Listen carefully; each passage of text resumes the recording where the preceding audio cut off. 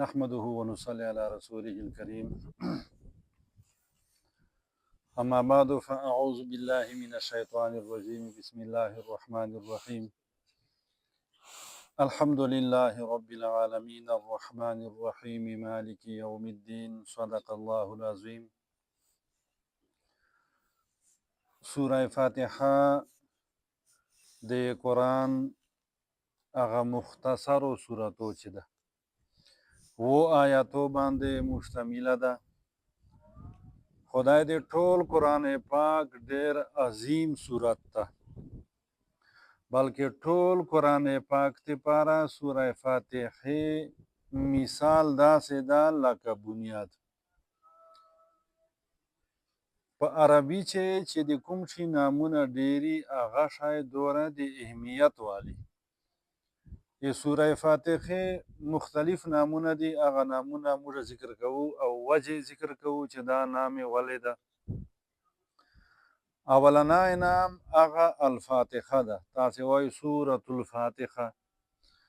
فاتحه معنی کیږي هغه سورت چې هغه نه د قرآن پاک ابتدا کیږي، the opening surah of the قرآن ورته وایي، یعنی دا چې خلاصه قرآن پاک اول دای ابتدای دینه کیږي، ځکه دغه ته سوره فاتحه وایي.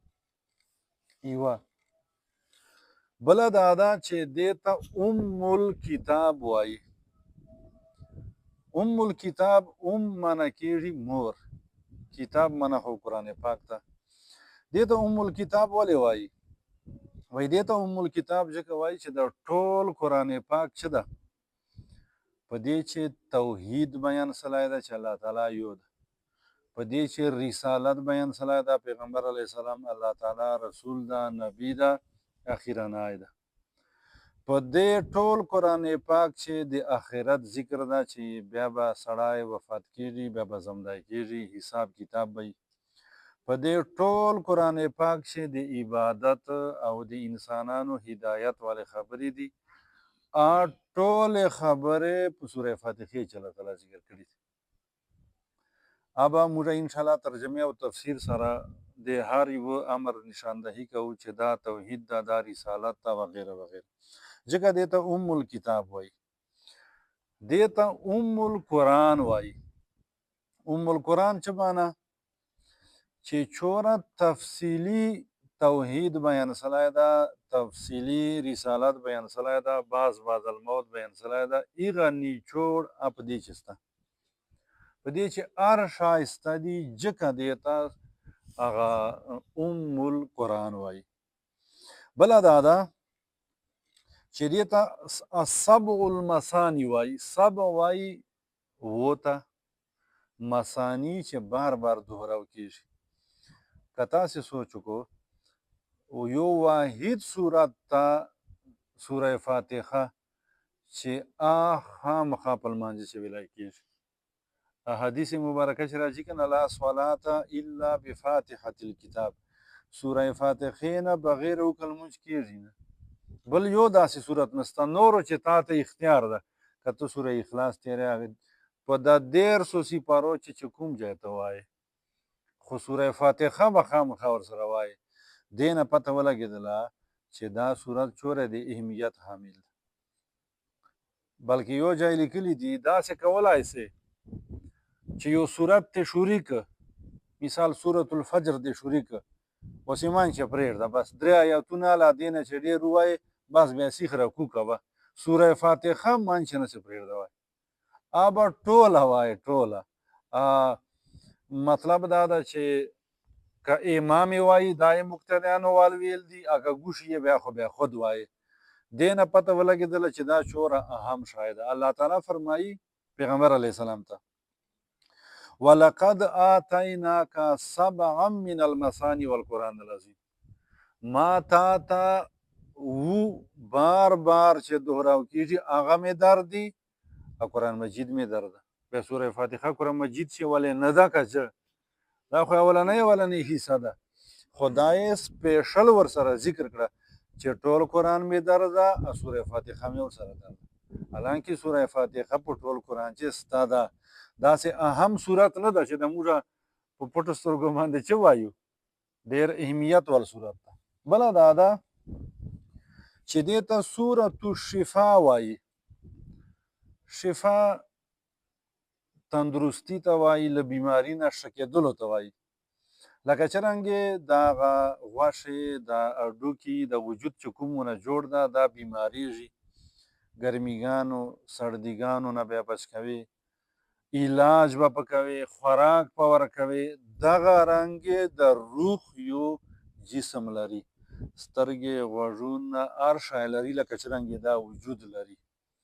اوس دغه وجود خو موږ خیال ساتو، ګرمي سردي چې خوراک څښاک وال روح وال به موږ څرنګې خیال ساتو.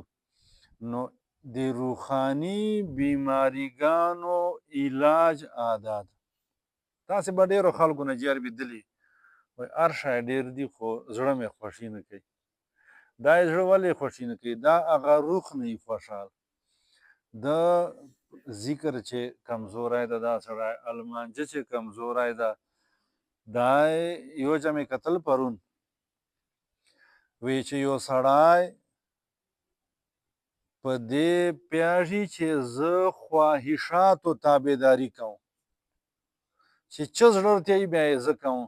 بیا د دی په دې کیسې جان پوه کړي چې مال مانجه چې مسله ده.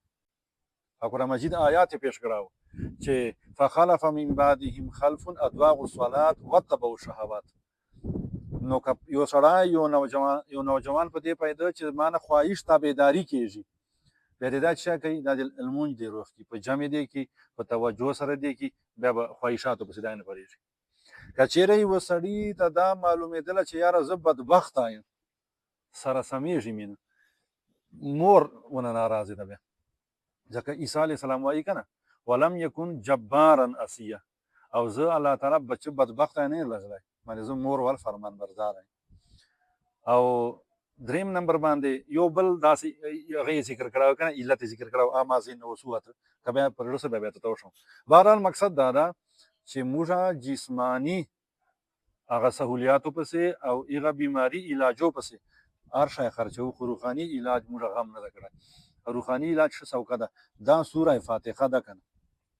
بله دا ده چې دې نام یو